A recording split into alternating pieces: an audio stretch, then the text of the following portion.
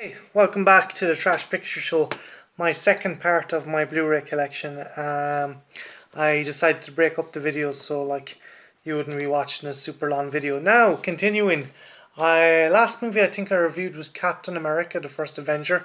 So this is the last of my Marvel Studios movies, Iron Man and Iron Man 2. Robert Downey Jr. does a fantastic job as Tony Stark, the likeable asshole who goes through a major life-changing event and has to make himself the superhero who is Iron Man. First movie is fantastic.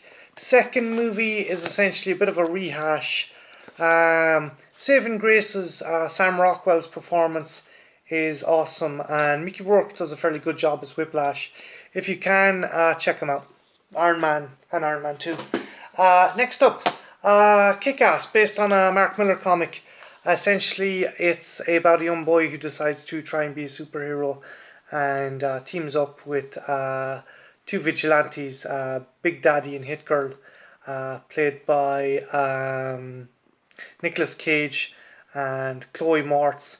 And yeah, Aaron Johnson does a wicked job as Kick-Ass. He's a very likable kind of character. And you have a really good cast. You have Mark Strachan. You have the guy who plays McLovin from Superbad, and it's gross out humor. It's very, very visceral kind of comic book humor, and it's a nice departure from the kind of clean cut stuff we've been seeing with Marvel Studios and DC. So if you get a chance, kick ass. SpiderMan 3. Why do I own this? Completion's sake. I didn't totally hate Tobey Maguire's representation of Spider-Man.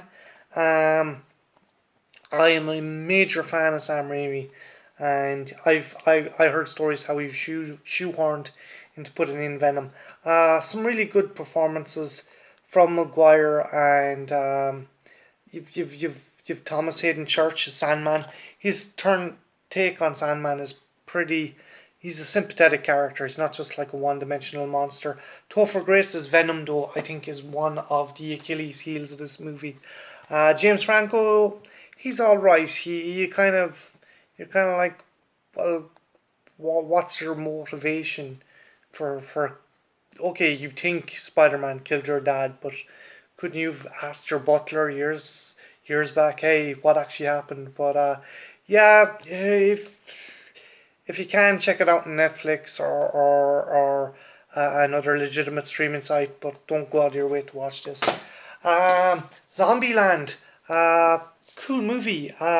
Woody Harrelson and Jesse Eisenberg play two misfits in the middle of the zombie apocalypse, and they team up with two girls who are also kind of like out on their own.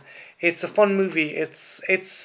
I've seen it compared to Ghostbusters essentially with zombies, and yeah, it's fairly close to that.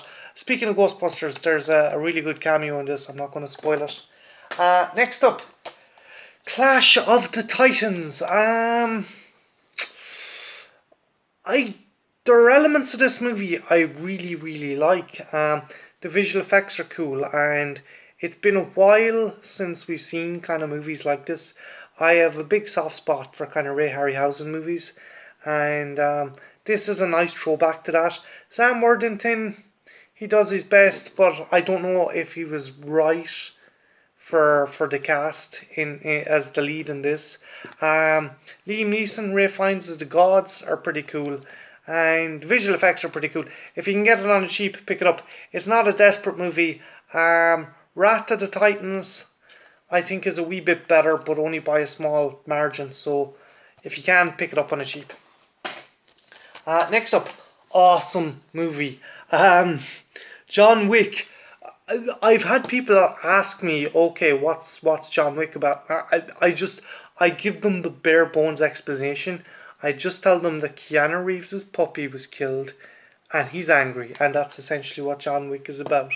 There is a bit more of a layered plot than that, but it's pretty cool seeing like Keanu Reeves lay waste to all these Russian scumbags because a very, very cute puppy died. So yeah, but it's an awesome movie. Keanu Reeves kicks ass in this. He's at the top of his game in this. The last time I've seen him this kind of cool and badass was the first Matrix movie. So if you get a chance,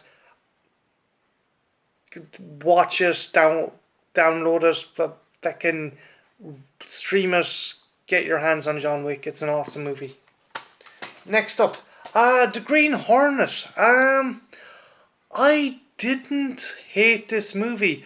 The cast, bar Seth Rogen, were all awesome. Jay Chow as Kato was wicked. The effects and stunts. Christoph Waltz as this kind of manic depressive super villain is cool. Cameron Diaz is awesome. Everything works bar Seth Rogen, because Seth Rogen is Seth Rogen in everything Seth Rogen stars in. It's a shame, because you had something that was pretty cool and pretty different and pretty exciting, and Rogen just lets the arse fall out of it. So yeah. Next up, Turbo Kid. I briefly went over this movie before. This is awesome. It's set in the post-apocalyptic setting of 1997, and essentially it's about this kind of scavenger, this kid who's just about trying to get day to day by on his BMX, and he's trying to scavenge in the wasteland, and he has to worry about Michael Ironside's kind of raiders from killing him, and he finds this quirky girl in the middle of the wasteland called Apple, and this really touching friendship develops, and when her life is in danger, he kind of has to step up and become the hero he was meant to be, which was Turbo Kid. This movie is gory as all hell, but if you get a chance, pick it up, watch it. It is on Netflix. If you can check it out, check it out. Next up, Terry Gilliam movie, 12 Monkeys. Awesome movie. It's actually based on I think a Russian short film, but Terry Gilliam does a fantastic job. Bruce Willis plays a convict who's sent back in time from the future, where the human race is all but extinct, and he has to find out what caused the human race to teeter on the brink of extinction.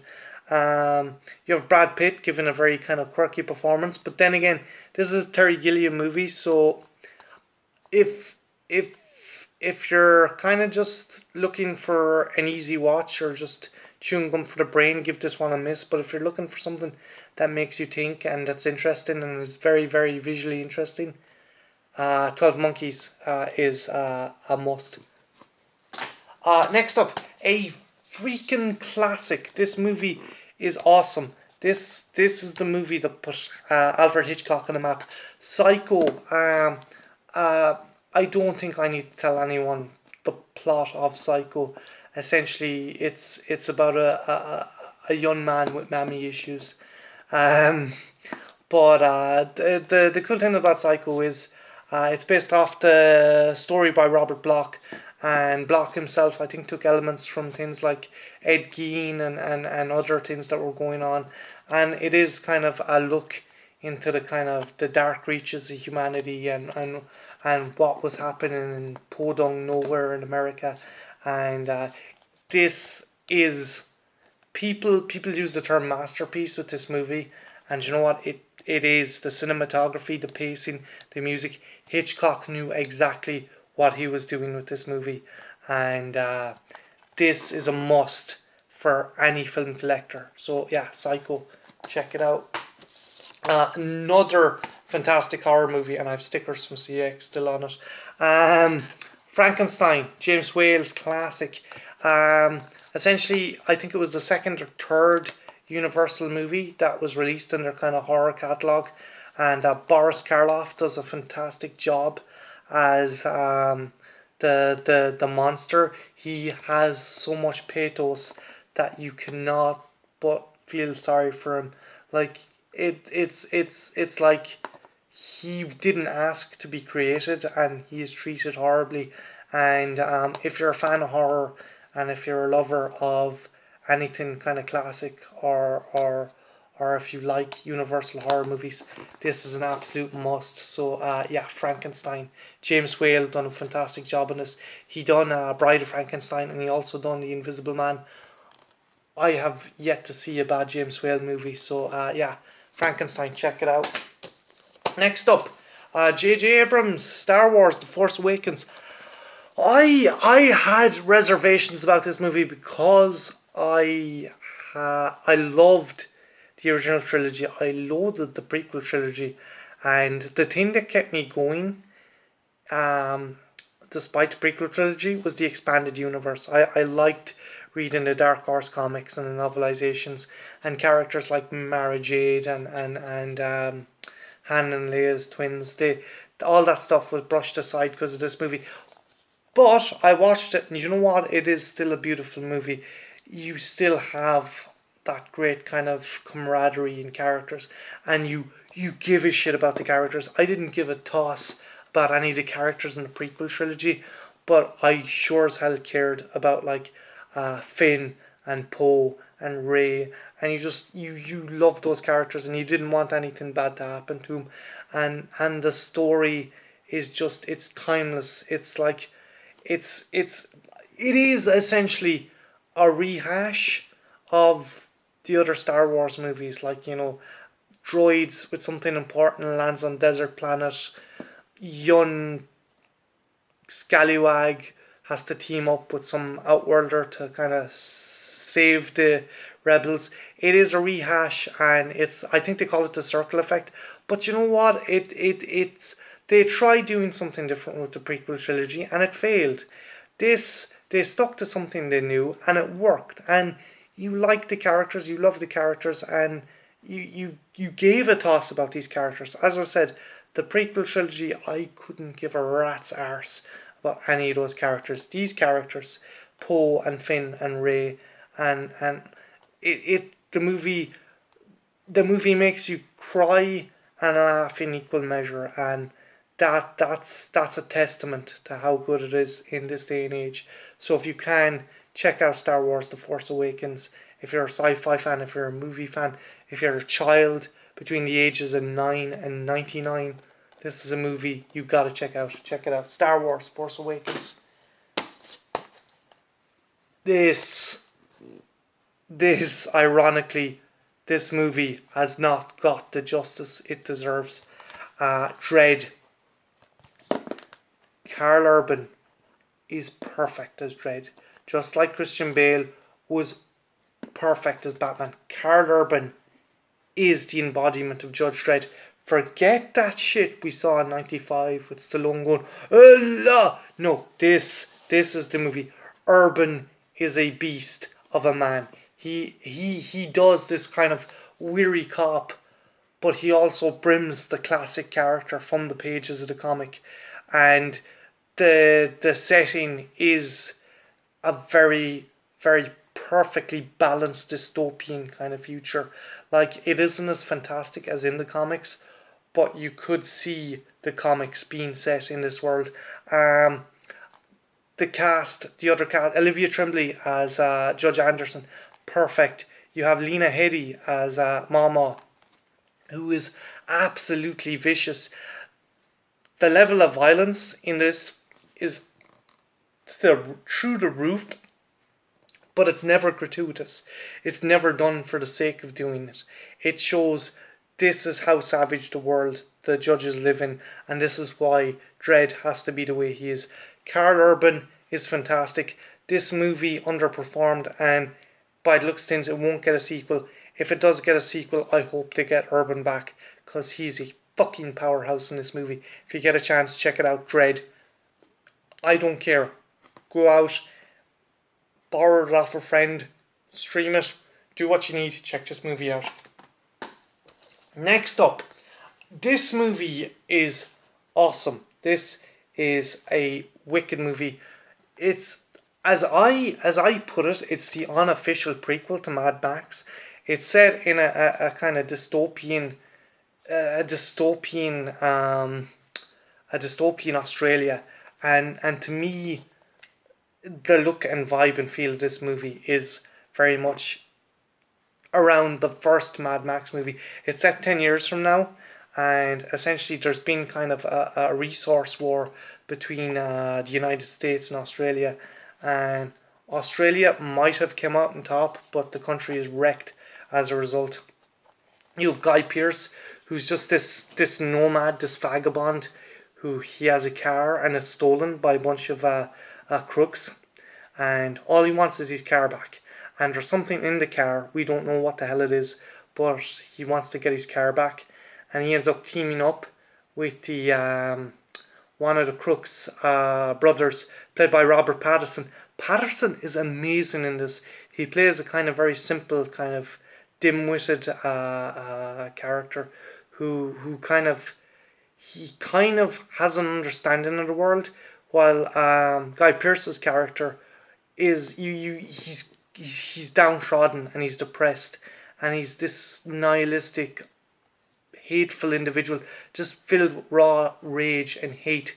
And it's essentially because he remembers the world when it was a better place, and it went to shit. And there's a fantastic speech he gives where he's in an army barracks after being captured, and he just sums up what kind of state the world is in, and why whatever happens doesn't matter. And if you can get a chance, the Rover, awesome movie. Guy Pearce is amazing in this movie.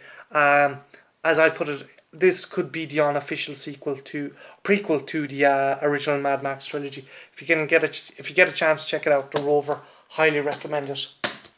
Next up, Riddick, the third Riddick movie. I really enjoyed this. This film went back to basics after the disaster, which was Chronicles of Riddick. Essentially, Pitch Black, then there was Chronicles of Riddick. Pitch Black was simple, very 80s kind of Aliens-esque movie, while Chronicles of Riddick kind of done... David Twohy tried doing something a bit too like Dune, and it backfired on him. This has gone back to basics. Riddick is essentially stranded on another planet with monsters, but in order to escape, he has to lure a bunch of bounty hunters who are after him to the planet, and you have some cool creatures, and Riddick gets a pet. He gets this kind of jackal, the dingo dongo dog, as they call it, and it's kind of cool. The first, I think, 15 minutes of this movie, there's no dialogue or anything like that. It's very Hell in the Pacific, where Riddick and his canine companion have to survive on this planet filled with savage carnivores, and Katie Sackhoff is in this. She is fucking badass in this movie. If you get a chance, check it out. This is a return to form in the Riddick movies, and David Twohy really ups the ante and brings back some really cool elements from the original movie. Okay, next up, I've gone over all my Alien movies before, but I'll do a quick revamp again. Prometheus, the 3-disc collector's edition. I actually got this as a gift, I should have mentioned in the other video, by a good friend of mine, Emily Kenny. She got it for me for Christmas, because she knows how much of a looper of an Alien fan I am. Some fantastic special features and making of segments in it. The Furious Gods is awesome. It's like a 7-hour documentary about the making of this, and you got input from the cast, you got input from Scott, visual effects design. As I said before, this is a beautiful looking movie, but I think where they failed was they jumped from one side of the fence to the other about it's an alien sequel, it's an alien prequel, it's not an alien prequel, it's its own thing, it's not its own thing. And I think it kind of got impaled on a stake in an effort to jump over the fence. Lindelof's script is just sloppy as all living hell. Not Scott's fault. I think Scott had his hands full with the visual effects and the look and aesthetic of the movie, and that did not fall flat in its arse. Cast, for the most part, the cast is awesome. Naomi Rapace as Elizabeth, she's awesome. Michael Fassbender's Wicket as the synthetic David. Idris Elba as the captain. He has a very kind of Dallas from the first Alien movie kind of vibe. he just flies the ship. He doesn't believe in any kind of big kind of grand plan or grand scheme, and he's pretty cool. So Prometheus, if you're an Aliens fan, for completion's sake, get it. But if you're a casual sci-fi fan, you might be left scratching your head. Next up, AVPR. I already done actually a video on these two, AVPR and AVP. I own them both, and yeah, I've said enough about these things. This movie had the potential to be really good, but they pussied out with the cert, and they shouldn't have. Neither of these movies should have been set in present day Earth. As I said, I'm a mental fan. For me, both these movies are like my Star Trek 5. If I'm a Trekkie, these are my Star Trek 5. They're not good movies, and I don't necessarily like them, but I kind of have to get behind them. So yeah, hopefully, very slim chance, hopefully that Fox will decide, you know what, let's do an AVP movie or an AVP series, because these are very disappointing. AVPR gets it completely arseways, while it puts in the gore, it just cheapens the whole thing, and yeah, disappointing. Predator 2, fantastic movie. Danny Glover is awesome. The cast is awesome. Ruben Blades, Maria Conchito Alonso, Gary Busey, Bill Paxton. Kevin Peter Hall turns out another awesome performance as the Predator. Bit more of the Predator lore revealed. Awesome movie. If you're a fan of the Predator movies, this is a must. Check it out. The granddaddy of them all, Predator. Wicked movie, cool premise. Schwarzenegger's awesome. This is an awesome sci-fi action movie. Carl Weathers is cool. Sonny Landham, Shane Black, really great cast, larger than life characters. Jesse Ventura as this tobacco chewing madman with a minigun. If you like action movies and you like sci-fi and horror, this is the perfect thing. It's all rolled into one. And as I said before, I've said it once, I said it 1,000 times.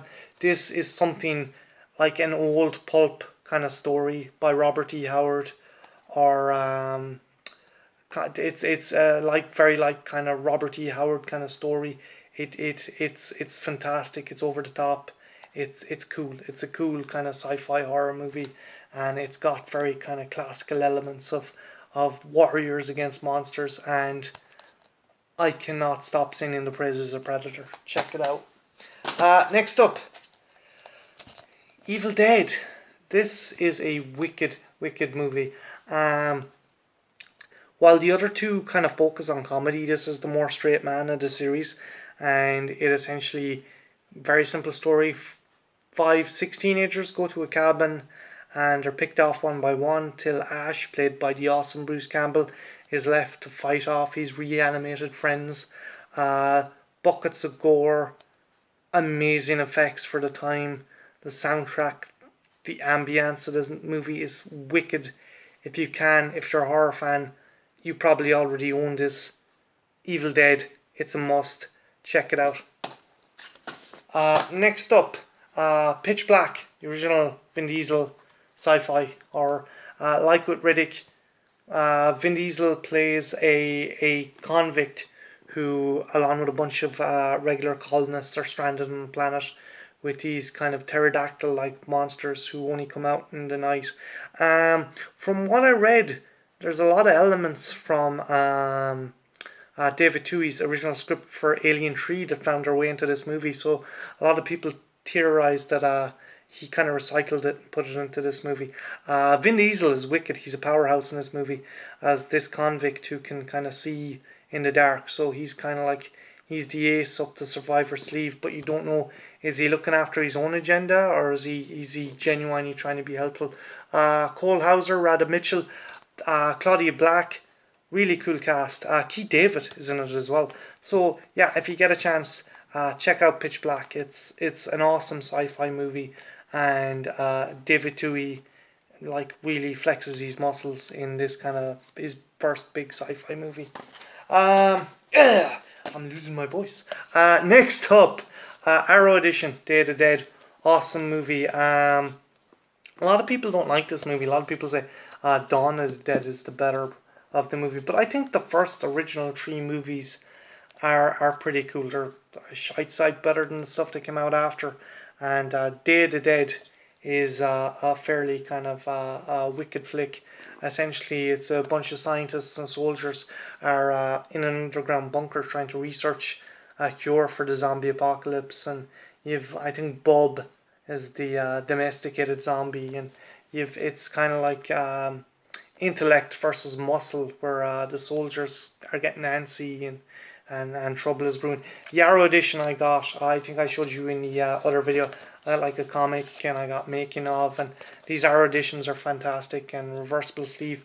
But yeah, it's a cool movie. You shouldn't turn your nose up at it because it is one of Romero's last great zombie movies. James Glickenhaus's The Exterminator. I've gone on a detailed rant about this movie. Robert Ginty, Vietnam vet, comes back. His body's mutilated and crippled, so he decides to declare war on crime in New York. And then the the CIA think he's a communist conspirator trying to establish the government.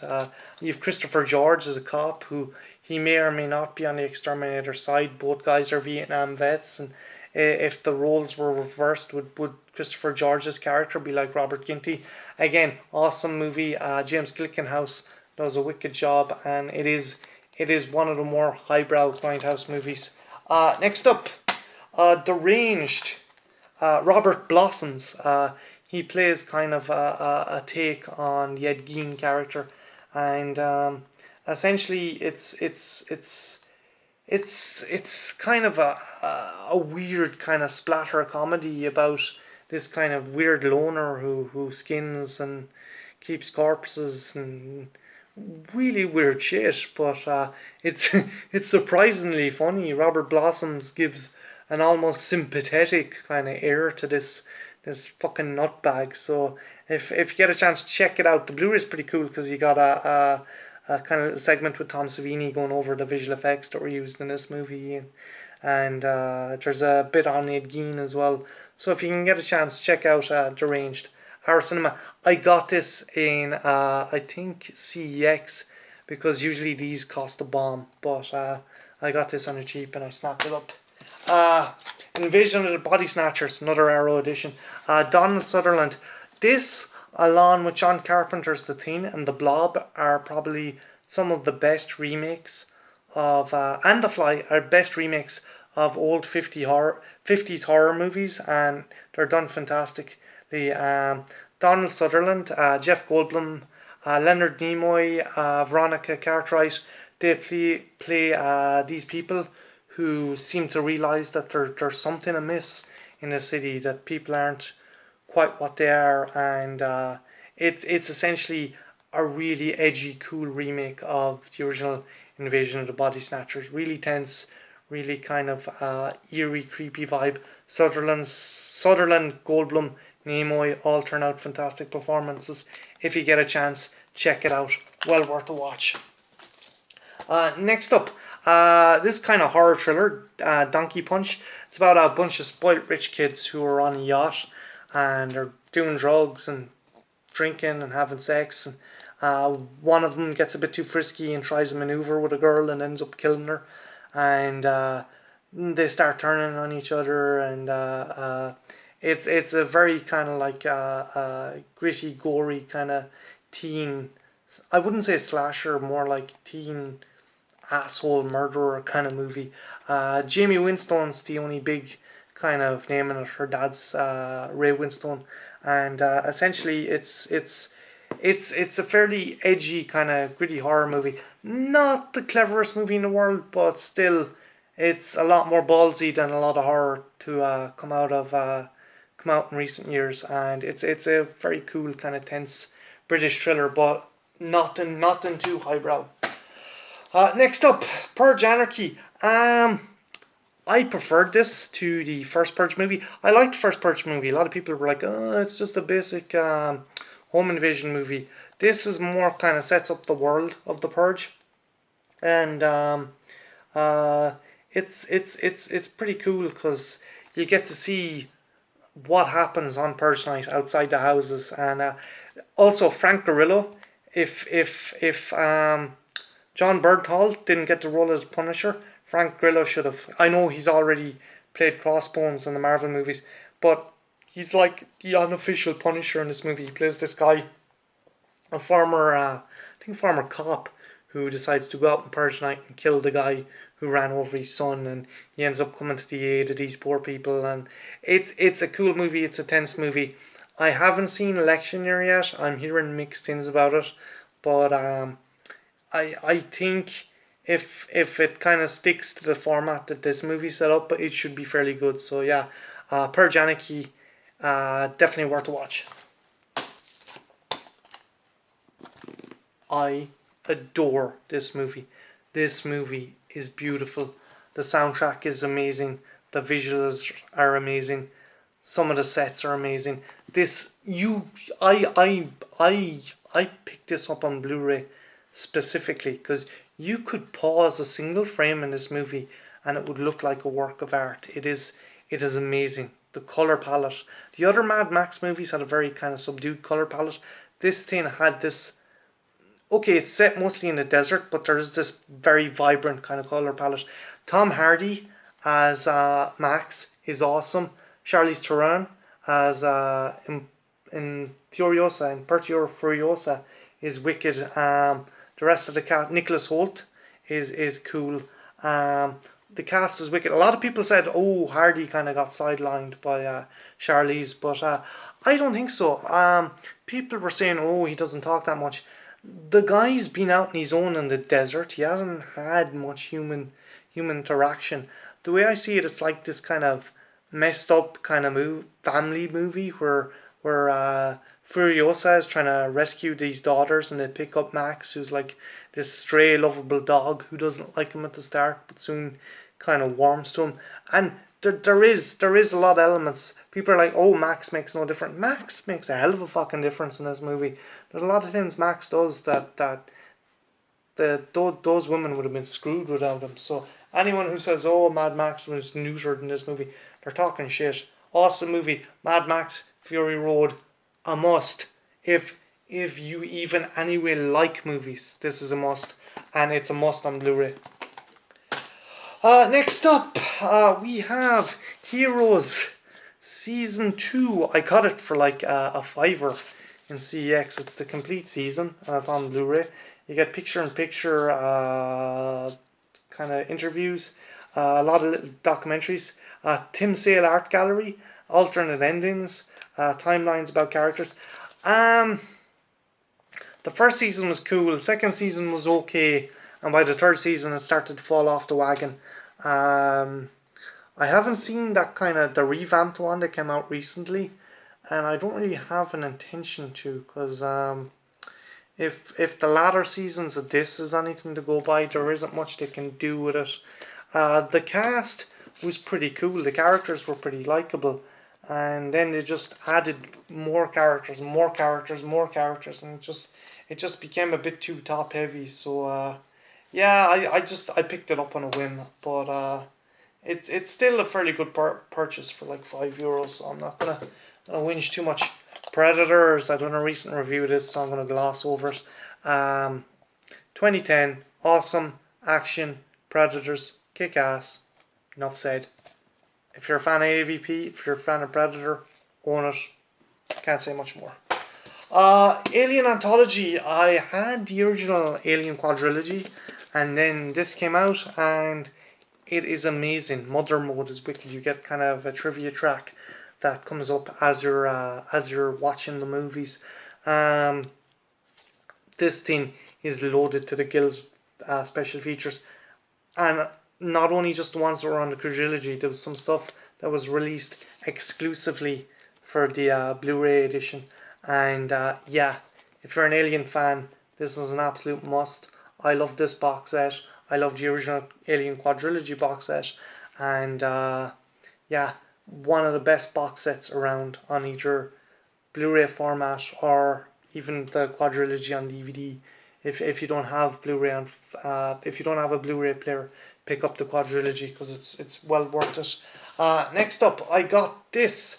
It's pretty cool. You got the original Night of the Living Dead, and you've Birth of the Living Dead, which is a documentary on all the stuff that was happening around the time George was deciding to make the movie, and he was making the movie, and how that fed into the kind of the feel and the vibe, like the civil rights movement. There was elements that made it into the movie, and how like Dwayne Jones's character was shot in the end, and how it was very like the marches, civil rights marches in Selma, and things that were happening at the time. And Romero kind of, he also shows that he had a love for cinema, and it wasn't just, he didn't want to just go out and make a horror movie. He wanted to go out and make a movie that people resonated with and they enjoyed, and that, you know, if he could even make people think a different way, then that's what he achieved. And he wasn't just going out to make a cheap buck. He was doing something that he felt was was groundbreaking. Now at the time he didn't know if it would work or if it would have any kind of relevance, but time has shown that Night of the Living Dead has significance, especially lately as well with all the kind of shootings and stuff in the United States. It makes us think, has the world come on since the 60s and the civil rights movement, and are we going back as instead of forward? So yeah, if you can pick up this box set, it is well worth it. You got the original Night of the Living Dead, and you got an absolute fantastic documentary. So yeah, well worth a look. I picked this up. This is an amazing box set. I picked this up at the behest of a good friend of mine, Anthony O'Neill, who's a massive Superman fan. And I am so glad I picked it up, because you have this is packed to the gills. You have Superman the movie the extended edition, Superman 2, the Richard Donner cut, Superman 3, Superman 5, The Quest for Peace, and Superman Returns. And you have this thing is packed with documentaries. You'll Believe a Man Can Fly, the cinematic saga of Superman, and Look Up in the Sky. It's essentially the entire history of Superman, and it's narrated by Kevin Spacey. And there's 40 Superman cartoons. There's some the serials, Superman serials. There's a absolute motherload of stuff for Superman fans on this movie. So this is a must. If you have a Blu-ray player, pick it up. I think Anthony has the DVD version of this, and it still holds up visually. It's a beautiful set, well worth the purchase.